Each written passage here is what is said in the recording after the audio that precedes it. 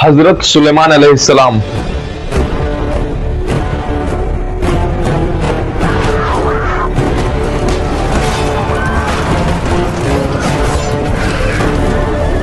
हजरत सुलेमान अलैहिस्सलाम ने हजरत दाऊद अलैहिस्सलाम की नबूवत और हुकूमत की विरासत में हिस्सा लिया।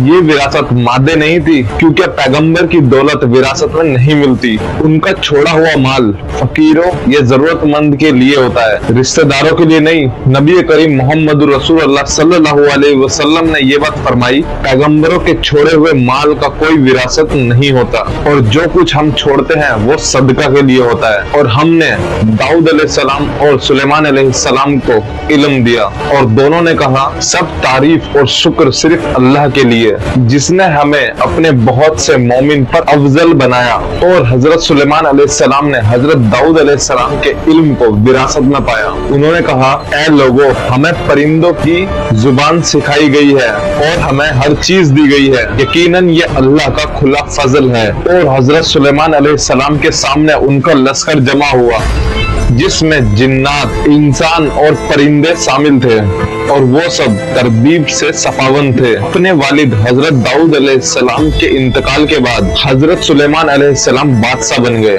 उन्होंने अल्लाह से एक ऐसे शानदार सल्तनत की दुआ की जो उनके बाद किसी और को ना मिले। अल्लाह ने उनकी ये दुआ कबूल कर ली। हिकमत के अलावा अल्लाह पाक ने हजरत सुलेमान अलैहिस्सलाम को कई खास सलाहियतों से नवाजा। वो हवा को अपने हुक्म के मुताबिक चलाते थे,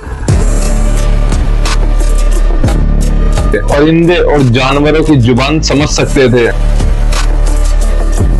इंसान और जिन्नातों को सिखाते कि कैसे जमीन से मदन निकालकर हथियार और औजार बनाएं। और अल्लाह पाक ने उन्हें तांबा यानी कि कॉपर का एक खास मेटल दिया, जो उस वक्त एक नया और अनोखा मेटल था, यानी कि उस टाइम के लोग कॉपर को नहीं जानते थे। हजरत सुलेमान अलैहिस्सलाम के दौर में घोड़े सफर और जंग के लिए सबसे बेहतरीन सवारी थी। वो सिपाहियों और उनके सामान को ले जाने के लिए इस्तेमाल होते थे।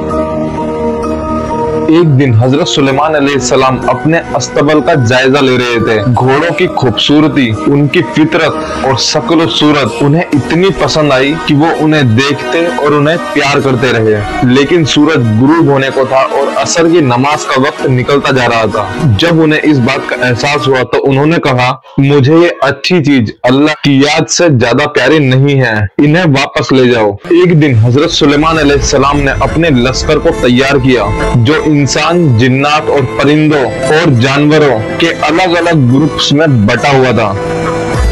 वो सब सफर के लिए अस्करों के मुल्क की तरफ चले, और जब वो एक वादी से गुजर रहे थे, एक चींटी ने उस लश्कर को देखा और अपनी दूसरी चींटियों से बताया, अपने घरों में चली जाओ, कहीं ऐसा ना हो कि हजरत सुलेमान अलैहिस्सलाम या उनका लश्कर अनजाने में तुम्हें कुचल दे। हजरत सुलेमान अलैहिस्सलाम ने चींटी की यह आवाज सुनी और मुस्कुराए। उन्हें इस बात की खुशी हुई कि चींटी ने उन्हें अल्लाह के पैगंबर के तौर पर पहचाना, जो कि अल्लाह की मखलूक को जान पूछकर नुकसान नहीं पहुंचाते। और फिर उन्होंने अल्लाह का शुक्र अदा किया और चींटियों की जान बच गई। बैतुल मुकद्दस में एक बड़े पत्थर पर हजरत सुलेमान अलैहिस्सलाम ने एक खूबसूरत इबादतगाह बनाई, जो लोगों को अल्लाह की तरफ बुलाने के लिए थी। आज के टाइम में इस इमारत को डोम ऑफ रॉक कहा जाता है।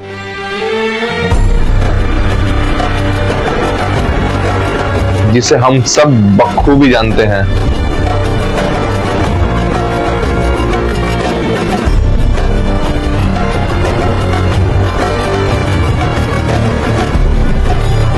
वहां से हजरत सुलेमान अलैहिस्सलाम एक बड़े ग्रुप के साथ मक्का के हरम के लिए हज पर चले गए।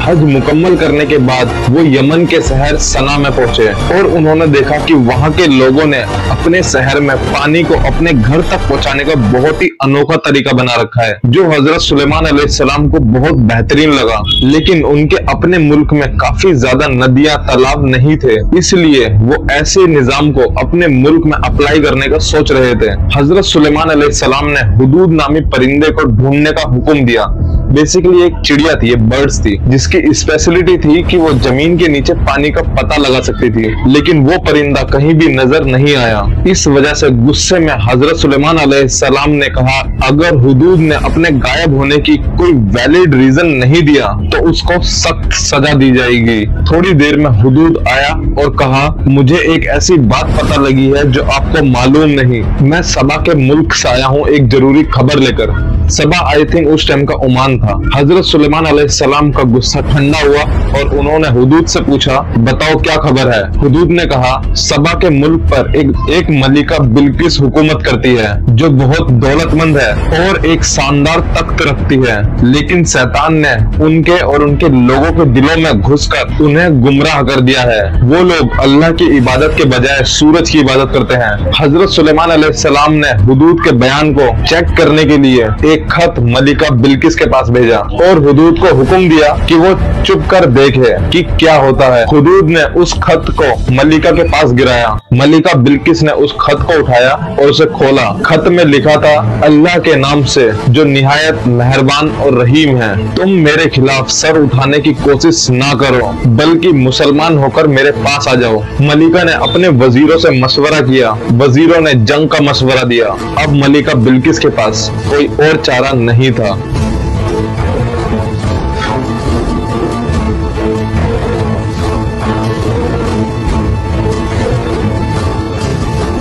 सब्सक्राइब कर लेना।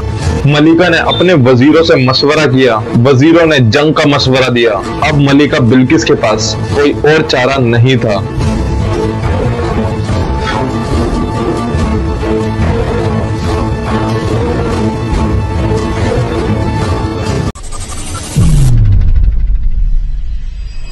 लेकिन मलिका ने कहा, सुलह और दोस्ती ज्यादा बेहतरीन है, क्योंकि जंग सिर्फ बर्बादी और जिल्लत लाती है। मलिका बिल्किस ने हजरत सुलेमान अलैहिस्सलाम के लिए कीमती तोहफे भेजने का फैसला किया। जब हजरत सुलेमान अलैहिस्सलाम ने उन तोहफों को देखा तो कहा, अल्लाह ने मुझे इतनी हुकूमत और दौलत दी है कि मुझे तुम्हारे तोहफों की कोई जरूरत नहीं है। मेरा मकसद सिर्फ अल्लाह की वादानियत को आम करना है। तुम्हारे तोहफे वापस ले जाओ। उन्होंने ये भी कहा, अगर मलिका ने शिर्क का रास्ता नहीं छोड़ा तो मैं उनकी सल्तनत मिटा दूंगा और उनके लोगों को उनकी जमीन से निकाल दूंगा। मलिका बिल्किस के शाफिर यानी कि जो एम्बेसडर थे, जो बात पहुंचाते थे, वो उनके तोहफे और हजरत सुलेमान अलैहिस्सलाम का पैगाम लेकर वापस आए। उन्होंने हजरत सुलेमान अलैहिस्सलाम के बड़े लश्कर और उनकी ताकतवर हुकूमत के बारे में बताया। मलिका ने जंग करने के बजाय खुद हजरत सुलेमान अलैहिस्सलाम से मिलने का फैसला किया।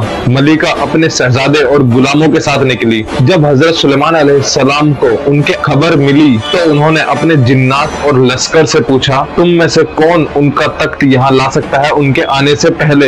एक ताकतवर जिन इफरीत ने कहा, मैं इसे आपकी मजलिस खत्म होने से पहले ला दूंगा। लेकिन एक और शख्स जो किताब का इल्म रखते थे, उन्होंने कहा, मैं उस तख्त को आंख झपकते ही यहाँ ले आऊंगा। देखते ही देखते मलिका का तख्त हजरत सुलेमान अलैहिस्सलाम के सामने था। ये एक बहुत बड़ा मौजूदा था जो अल्लाह के हुक्म से हुआ था। हजरत सुलेमान अलैहिस्सलाम ने इस पर अल्लाह का शुक्र अदा करते हुए कहा, ये मेरे रब की फजल है जो मुझे आजमाता है कि मैं शुक्रगुजार बनता हूँ या नहीं। जो शुक्रगुजार करते हैं वो अपने ही फायदे के लिए होते हैं और जो नाशुक्रे होते हैं वो अपने ही नुकसान के लिए होते हैं। मेरा रब निहायत बेनियाज और करम करने वाला है। जब मलिका बिल्किस हजरत सुलेमान अलैहिस्सलाम के महल में पहुंची तो उनका शानदार इस्तकबाल किया गया। हजरत सुलेमान अलैहिस्सलाम ने मलिका से पूछा, क्या ये तख्त आपका है? मलिका बिल्किस ने कहा, ऐसा लगता है जैसे ये वही है। मलिका समझदार और होशियार थी। वो अपना तख्त पहचान चुकी थी,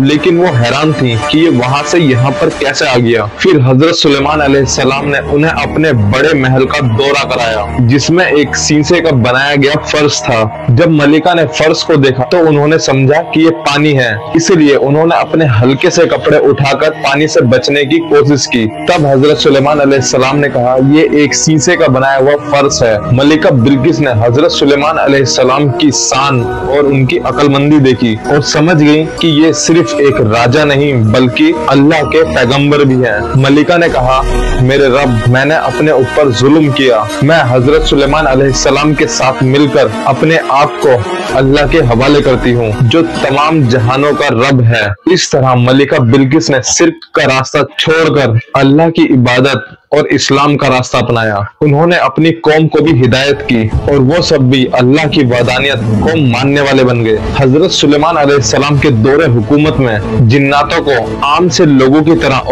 और कामगार के तौर पर लगाया गया था। ये काम उन पर एक सजा के तौर पर था जो उनके गुनाहों का अंजाम था, क्योंकि जिन्नातों ने इंसानी अकीदों को गलत मोड़ दिया था, लोगों को ये यकीन दिलाकर कि वो गैब का इल्म रखते हैं और मुस्तकबिल देख सकते हैं। हजरत सुलेमान अलैहिस्सलाम जो अल्लाह के नबी थे, उनका फर्ज था कि वो अपनी कौम के गलत अकीदों को दूर करें। उन्होंने ये बात वाज़ेह कर दी कि गैब का इल्म और मुस्तकबिल यानी कि फ्यूचर की मालूमात सिर्फ अल्लाह के पास है। अल्लाह पाक ने हजरत सुलेमान अलैहिस्सलाम को शान और अजमत से नवाजा और सब मखलूकात उनके ताबेदार थी। जब उनकी वफात का वक्त आया तो उनकी जिंदगी के मौजूदा यानी कि वाक़या और एक अच्छा किरदार के मुताबिक उनकी मौत भी एक मौजूदा बन गई। उनकी वफात उस वक्त हुई जब वो अपनी लाठी के सहारे बैठे हुए थे और जिन्नात के काम की निगरानी कर रहे थे। उनकी वफात की खबर किसी को भी न हुई और जिन्नात उनको जिंदा समझकर काम करते रहे।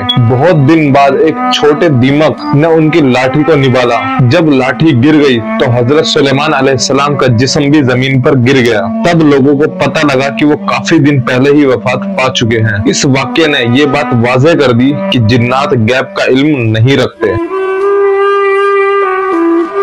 वरना वो हजरत सुलेमान अलैहिस्सलाम की वफात का इल्म भी रखते। सिर्फ अल्लाह ही गैब का इल्म रखता है।